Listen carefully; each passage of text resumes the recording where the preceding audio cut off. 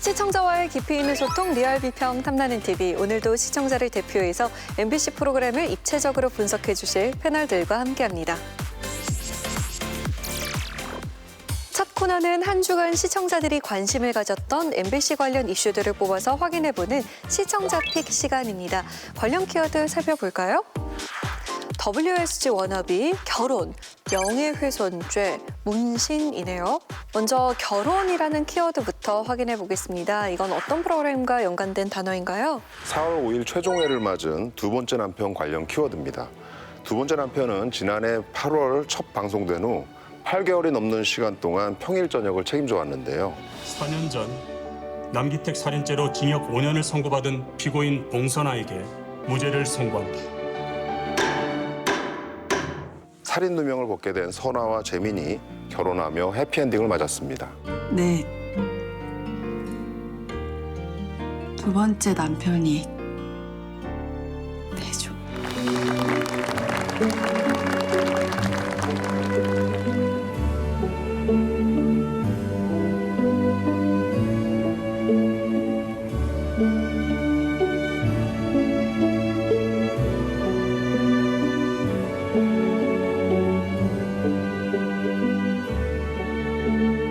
두 번째 남편은 기획 당시 120부작으로 편성이 됐지만 시청자들의 큰 관심 덕분에 30회가 연장 방송됐습니다. 또 마지막 회는 전국 가구 시청률 9.1%를 기록하면서 유종의 미를 거뒀는데요. 시청자들 반응 어땠어요? 네, 댓글 살펴보면요. 이렇게 막을 내렸군요. 어찌됐든 벌 받는 자는 벌 받고 선아는 재민과 결혼하고 이제 뭘 보고 살아가야 할지 유일한 낙이었는데 아쉽네요. 저녁을 책임졌던 두 번째 남편 감사합니다. 덕분에 늘 즐거웠어요. 봉제 커플 두 번째 남편 보는 동안 너무 행복했어요. 코로나인데 촬영해주신 배우분들과 촬영 감독님들 너무 감사해요. 인생 드라마. 선아와 재민의 해피엔딩을 기뻐하는 한편 종영을 아쉬워하는 목소리도 있었습니다. 두 번째 남편의 마지막 회 어떻게 보셨어요? 이 150회라는 굉장히 좀 긴 여정을 거치면서 어떤 극적 반전이나 뭐 미스테리적 관계에서 오는 어떤 흥미나 재미적 요소는 사실 어느 정도 충족이 된 것 같아요. 이 전반적으로 보면은 뭐 불륜, 또 뭐 복수, 출생의 비밀 이런 부분들을 좀 전략적으로 이 드라마는 좀 잘 공략을 해서 시청률 측면에서도 좀 소기의 성과를 거뒀다라고 평가할 수 있을 것 같아요. 다만 저는 이제 보면서 그래도 일일 드라마가 좀 다른 드라마와 좀 차별화가 되는 건 전 일상성과 좀 공감성이라고 생각을 하는데 과연 이 불륜, 복수, 출생의 비밀이 우리가 일상적으로 정말 공감하면서 볼 수 있는 주제인가라는 부분은 좀 아쉬운 부분이라고 생각을 해요. 일상성과 공감성 얘기를 해주셨는데 저는 이제 일일 드라마는 우리 현실의 어떤 부분을 재현함으로 해서 어떤 삶의 가능성을 보여주는 것 그런 건 아니라고 생각해요. 그러니까 저는 어떤 익숙한 패턴들을 계속 조합으로써 이것을 즐겼을 거라고 생각을 해요. 그 마지막 회만 봐도 무슨 일이 벌어졌는지 다 알겠어요. 누가 빌런이었는지 알겠고 누가 고생하다가 복수를 했는지 알겠고 칼을 드는 장면 같은 것도 재경이가 굳이 거기서 내가 범인이요 모두에게 중계를 하는 근데 그 상황이라고 하는 건 결국에는 이제 건선징악의 쾌감을 최대한 극대화하기 위한 그리고 이제 마지막에서 보여줄 수 있는 건 다 넣어야 되는 거죠. 이제 재경의 몰락도 보여줘야 되고 재민과의 결혼을 통해서 이제 끝이 나는 거죠. 내가 익숙한 패턴 그리고 기대하는 모든 것들을 그냥 오늘 하루 30분 동안 즐기는 일일 드라마 자체가 계속 그렇게 되어 간다고 생각을 해요. 거기에 있어서는 충분히 그걸 또 충족시켜준 드라마였고 그런 엔딩이지 않았나 싶습니다. 일일 드라마 마지막 회에 기대할 수 있는 모든 것들이 드러났던 것 같아요. 아기는 이제 벌을 받고 주인공은 복수에 성공하고 용서와 화해까지 이루어지는 모든 것들이 들어가 있는데 그 정점은 주인공의 결혼식이고 이제 결혼식이 끝나고 나서 이제 모든 가족들이 한자리에 모이는 엔딩까지 우리가 익숙하게 봐왔던 일일극의 어떤 최종의 클리셰들이 다 총출동했는데요. 사실 두 번째 남편 얘기하면서 연장 얘기를 하지 않을 수 없을 것 같아요. 이야기가 이제 후반으로 달려가는 와중에 연장이 결정이 되면서 굉장히 흐름 자체에 무리가 많았었거든요.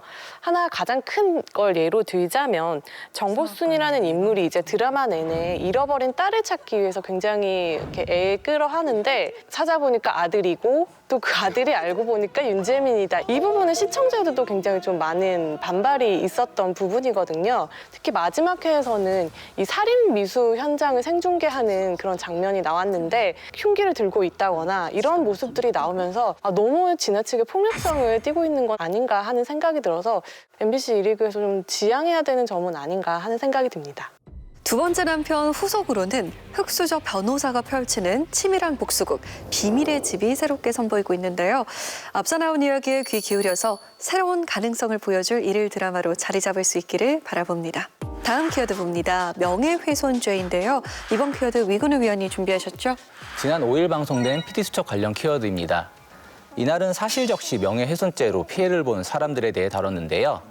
헌법이 보장하는 기본권인 표현의 자유와 인격권이 충돌하는 대한민국의 현실을 밀착 취재했습니다.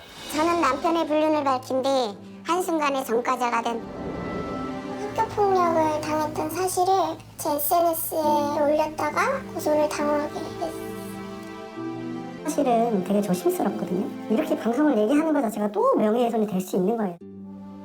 사실을 얘기하고 있으니까. 없던 일을 거짓으로 지어내야 죄가 된다고 생각하는 분들이 많을 겁니다. 그런데 사실을 말했어도 얼마든지 처벌을 받을 수 있습니다. 형법 제307조 1항을 함께 보도록 하겠습니다. 공연히 사실을 적시하여 사람의 명예를 훼손한 자는 2년 이하의 징역이나 금고 또는 500만 원 이하의 벌금에 처한다. 14살, 어린 나이에 극단적인 선택을 시도했던 수연이. 예고 무용과 진학을 꿈꾸던 수연이에게 학생들은 SNS 대화방에서 2년 6개월간 입에 담지 못할 욕설들을 퍼부었습니다. 학교폭력 가해 학생들이 모인 SNS 대화방. 전학 간 학교의 학생들에게 수연이는 조현병이니 조심하란 취지의 얘기를 했습니다. 수연이는 단체 대화방을 캡처해 자신의 SNS에 올렸습니다. 수연이 앞으로 고소장이 날아들었습니다. 수연이가 대화방 캡처를 SNS에 올려 명예가 훼손됐다며 학생 6명이 사실적시 명예훼손으로 고소한 겁니다. 학교에서 왜 애들이 나를 그렇게 쳐다보고 나를 왜 피하고 나랑 친구를 안 해주는 이유가 거기에 다 들어있는데 전 이런 애가 아니잖아요. 그래서 그걸 너무 말하고 싶었어요. 나 이런 애가 아니야.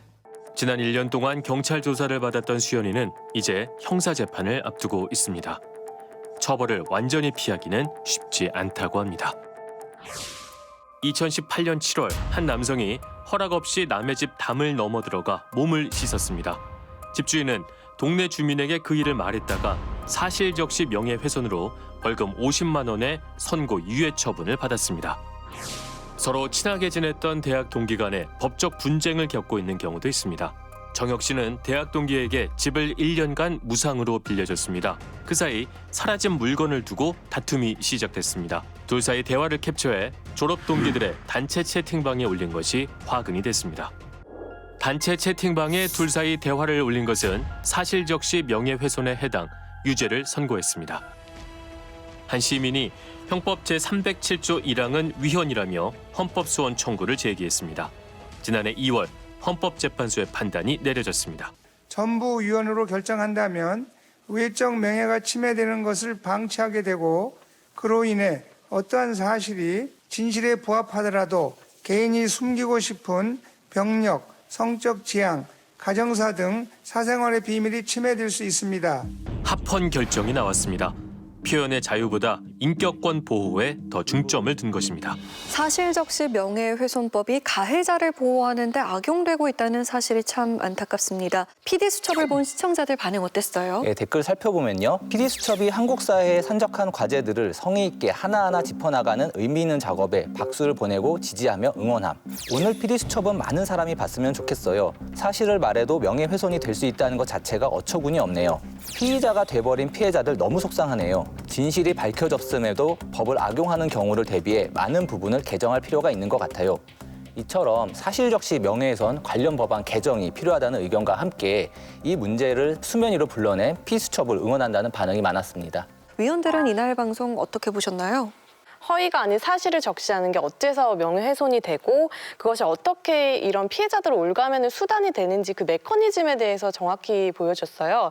제가 특히 충격적이었던 거는 이제 학교가 학생을 고소한 사례였는데 선생님의 부당 해임을 알리기 위해 보도자료를 써서 배포하고 현수막을 만든 가영 씨. 학교 측이 명예훼손으로 고소한 겁니다. 여기서 그 당사자분의 호소가 되게 좀 안타깝더라고요. 이게 당해보지 않으면 모릅니다.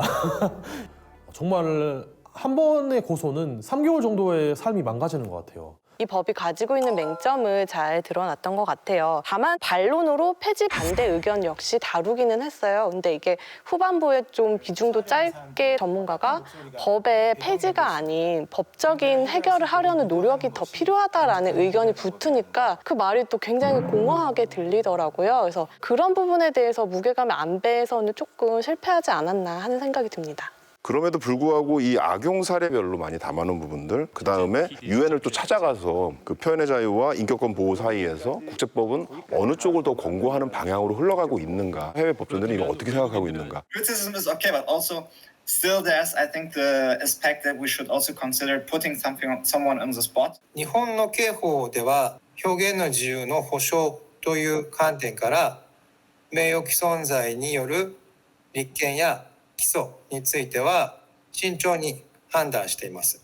지금 우리가 하고 있는 이것이 보편적인가, 근거를 마련하려고 노력한 부분들은 전반적으로 좀 주목할 만한 부분이 있지 않았나 하는 생각이 들었습니다. 방송에서 이 사실적시 명예훼손죄의 이 부당함과 한계에 대해서 최대한 좀 논리적으로 여러 가지 근거를 가지고 의견을 보여주겠다라는 그런 의도가 좀 잘 드러났던 것 같고요. 그러니까 전반적인 방송의 틀을 보면 맥락 자체가 결국엔 이 사실적시 명예훼손죄가 폐지돼야 한다라는 주장에 힘을 싣고 있는 것으로 보여요. 그럼에도 불구하고 사실적시 명예훼손죄가 존치가 돼야 한다는 주장도 나오고 또 폐지 시 어떤 부작용이 우려된다라는 목소리도 일부 담겨 있긴 하거든요. 그런데 그런 부분에 대한 이제 사례 자체가 없는 거죠. 이 논쟁 자체가 10년 동안 계속 이어지고 있는데 그러면 이 사실적시 명예훼손이라는 죄가 왜 도입된 건지 이렇게 논쟁이 끊임없이 이루어지고 있는데 거기에 대한 반대측 의견이 분명히 있어야 된다라고 생각을 하거든요. 객관적이고 좀 면밀하게 바라볼 수 있는 부분들을 제공해 주면 좀 더 시청자들이 좀 판단하는 데 도움이 되지 않았을까라는 좀 아쉬움은 들었습니다.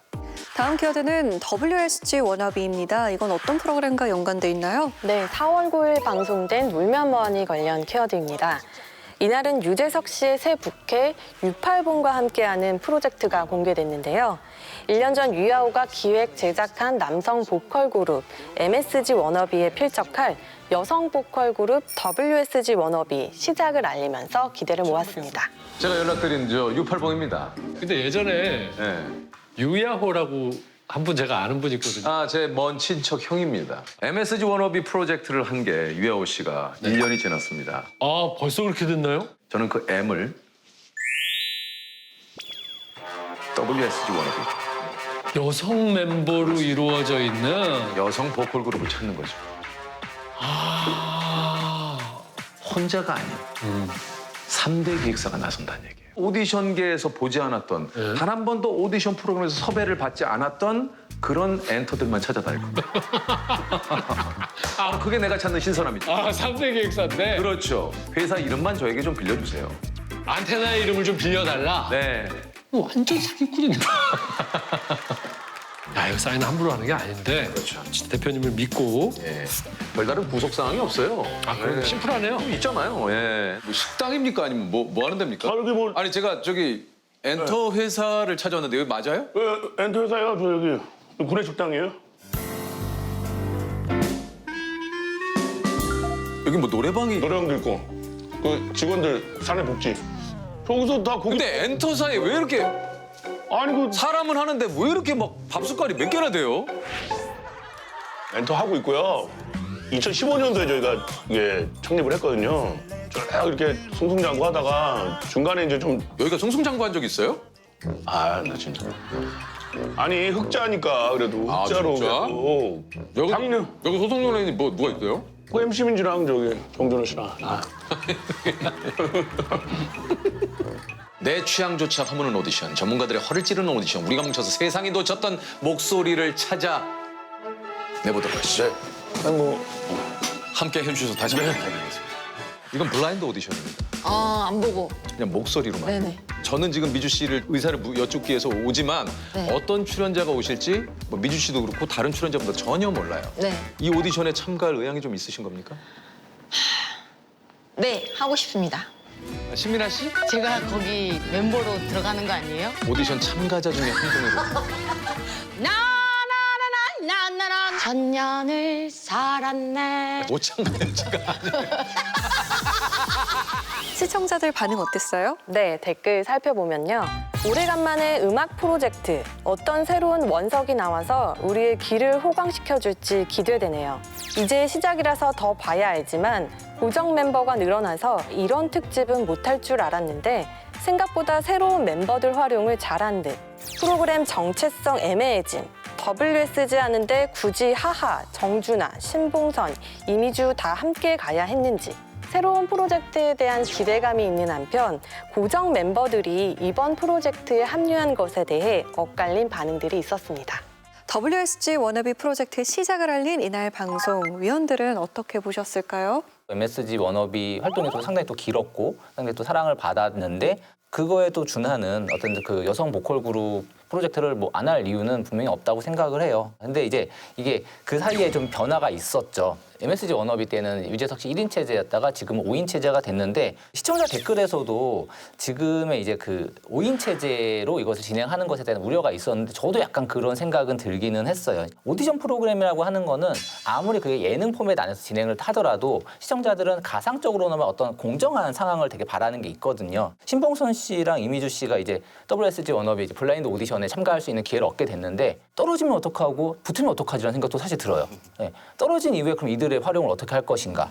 그럼 붙으면은 미주 씨랑 신봉선 씨 목소리를 몰랐겠냐? 뭐 이런 얘기들이 나올 수 있거든요. 경쟁을 거치고 뽑히고 그들의 팀이 조합되는 그 모든 것에 대해서 이제 사람들이 이입을 하고 공감을 해야지 그다음에 이 활동이 잘 되는데 지금의 5인 체제 안에서 지금 이것이 적절하게 될 것인가에 대한 우려가 좀 먼저 드는 게 사실입니다. 유재석 씨 부캐를 이용한 이런 음악 예능은 놀면뭐하니만의 독창적인 정체성을 잘 보여주는 프로젝트라고 생각을 해요. 문제는 이게 시그니처 대표 프로젝트라고 해서 그걸 반복하는 것이 아니라 그 안에서 뭔가 변화를 줘야지 이제 시청자들에게 소구력을 가져가는 건데 이날 첫 방송을 봐서는 아직 잘 모르겠지만 좀 명확하게 차별화가 되지 않는 그런 부분이 좀 아쉬워 보이고요. MSG 워너비와 비교해 보면 신선함이나 새로움은 좀 부족하다. 그게 이제 저는 이제 출연진 구성이라고 생각하는데 MSG 워너비가 가장 성공한 이유 중에 하나는 저는 아무래도 다양한 그 연령층 또 직업군들이 조화를 이루어서 나타내는 어떤 하모니라고 생각을 하거든요. 지석진 씨가 아 저런 음색을 가지고 있었나? 그리고 저렇게 연령층이 다양하게 조화를 이루었을 때 저런 하모니가 나오는구나. 이런 거에서 이제 시청자들 굉장히 매력을 느낀 건데 신봉선 씨나 미주 씨가 어떤 음색을 가지고 있는지 그런 부분에 대해서 좀 뭔가 신선함이 부족하죠. 왜냐하면 이분들은 이미 놀면뭐하니 고정 멤버로 활동을 하고 있기 때문에 어떻게 보면 좀 예측되는 부분들이 많은 거고 뭔가 획기적인 변화나 차별점을 보여주지 못한다면 아쉬움이 많이 남을 수도 있어서 앞으로는 좀 WSG 워너비만의 개성과 색깔이 좀 더 명확해지기를 기대해 봅니다.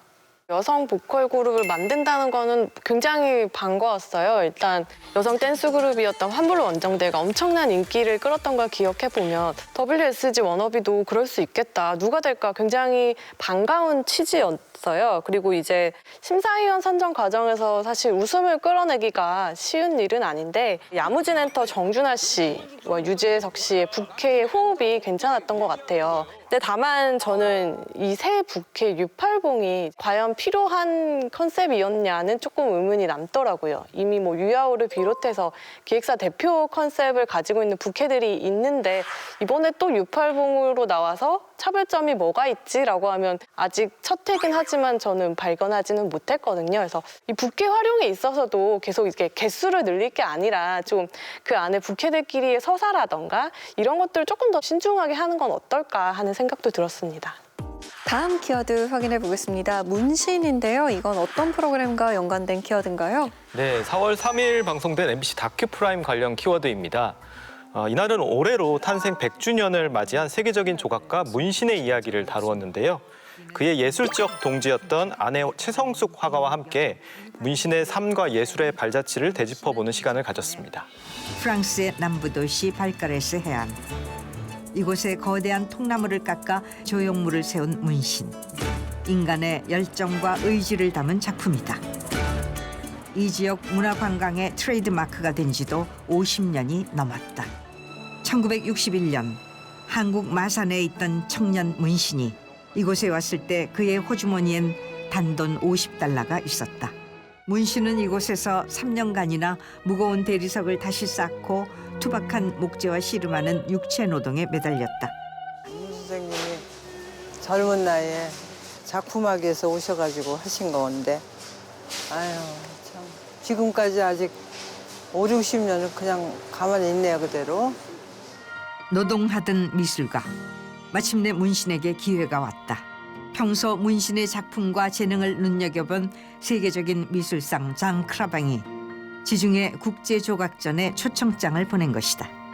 길이 13m, 무게 4톤의 거대한 아비동 통나무를 둥근 반쪽 공 모양으로 한쪽에 12개씩 24개를 어긋나게 깎아세워 작품을 세웠다. 문신은 녹슬지 않은 강철인 스테인레스를 예술 조각의 소재로 활용한 선구자다. 수백 수천 번을 두들겨 한치의 오차 없는 곡선미와 입체감을 불러낸다. 지난 2006년 월드컵이라는 스포츠 축제에 함께 선보였던 문신의 작품들. 석 달간의 전시 기간 동안 수십만 명 관광객들과 시민들의 눈길을 사로잡았고 당시 함께 초청받은 파블로 피카소, 마르크 샤가를 능가하는 인기와 예술성을 인정받았다. 1992년 프랑스 정부는 이 시대의 가장 뛰어난 조각가 3명을 뽑아 3대 거장전을 열었다. 영국의 헨리 무어, 미국의 알렉산더 칼더, 그리고 아시아를 대표하는 한국의 문신이었다. 현지 언론들은 동양 작가의 마력에 감탄할 수밖에 없었고 문신 미술을 프랑스를 빛내고 파리의 영광이라고 기록했다. 문신 미술은 이념을 초월하고 나라의 경계를 넘어 한국 예술의 지평을 넓혔다. 문신이 탄생한 지 100년, 그가 남긴 진정한 유산은 무엇일까? 이번 다큐멘터리는 코로나로 인한 어려움에도 프랑스, 독일 등 문신의 흔적이 남아있는 도시들을 직접 취재했습니다. 덕분에 그가 남긴 걸작들과 세계적 위상을 생생히 확인할 수 있었는데요. 위원들은 이날 방송 어떻게 보셨어요? 문신이라는 조각가에 대해서 처음 이제 이 방송을 보면서 알게 됐는데 세계적인 조각가 이 문신에 대해서 잘 아는 분들에게는 이 방송이 어떻게 보면 이제 탄생 100주년을 맞이해서 그의 예술 세계를 다시 한번 조명해보는 그런 좀 의미 있는 시간이 됐을 것 같고 저처럼 좀 익숙하지 않은 분들, 잘 몰랐던 분들은 이분이 어떠한 그런 우리 사회에 영향력을 미쳤고 또 우리 사회에서 어떤 의미를 가지고 있는지 전체적으로 새롭게 우리가 지식을 얻을 수 있는 부분에서 의미가 있었던 것 같고요. 특히나 생전에 굉장히 많은 인터뷰 자료들이 있어요. 그래서 그런 것들을 좀 적재적소에 잘 활용을 해서 이 다큐멘터리가 현장감, 좀 실제감을 가져가는데 좀 도움이 되는 구성이었던 것 같습니다. 문신처럼 사실 우리가 잘 모르는 정말 우리 사회에 숨겨진 어떤 예술가들이 많을 거라고 생각을 합니다. 그래서 저는 이런 소중한 문화적 유산을 이렇게 방송에서 기억하고 또 후세대에게 전수하는 이런 기획 자체는 매우 좀 유의미했다라고 생각을 하고 앞으로도 이런 좋은 기획들이 좀 많이 소개가 됐으면 좋겠습니다.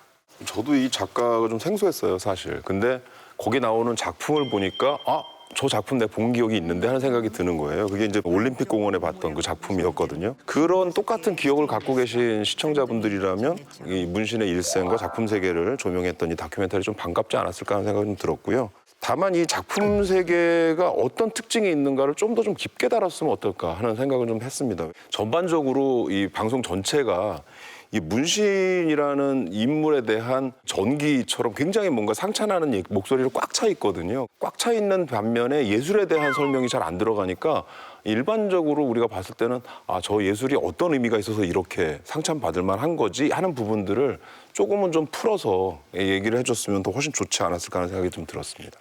일단 노동하는 미술가라는 그 정체성에 맞춰서 이 아티스트를 전문가와 동료 또 반려자가 증언했거든요. 그러다 보니까 그 사람들의 말이 모여서 문신이라는 이 아티스트가 하나의 이미지로 조각이 되더라고요. 인생의 고난을 통해서 자신의 작품 세계를 다양하게 만들었다는 점에서 굉장히 존경스럽다라는 마음도 들었는데 그렇다고 하면 탄생 100주년 다큐라는 취지에는 잘 부합했던 것 같아요. 다만 좀 구성상에서 아쉬웠던 점 점은 굉장히 혁명적인 작품 세계를 가지고 있는 아티스트를 소개하는 데 있어서는 지나치게 무난하고 평이한 구성이 아니었나 하는 생각이 들더라고요. 특히 이게 대중들에게 소개하는 어떤 인문의 역할을 하려고 만들어진 다큐라는 생각이 들었었는데 그러기 위해서는 누구나 올림픽공원에 갔다라면 한 번은 봤음직한 그 올림픽 1988을 먼저 소개하고 아 맞다 저 작품 내가 봤었지 이런 식으로 몰입감을 끌고 가는 구성이었으면 훨씬 더 그에게 좀 쉽게 가까이 다가갈 수 있지 않았을까 하는 아쉬움도 남았습니다. 네, 앞으로도 MBC 다큐 프라임을 통해서 우리의 문화유산, 세계 속에서 빛나는 한국의 예술가들 많이 만나볼 수 있기를 기대합니다.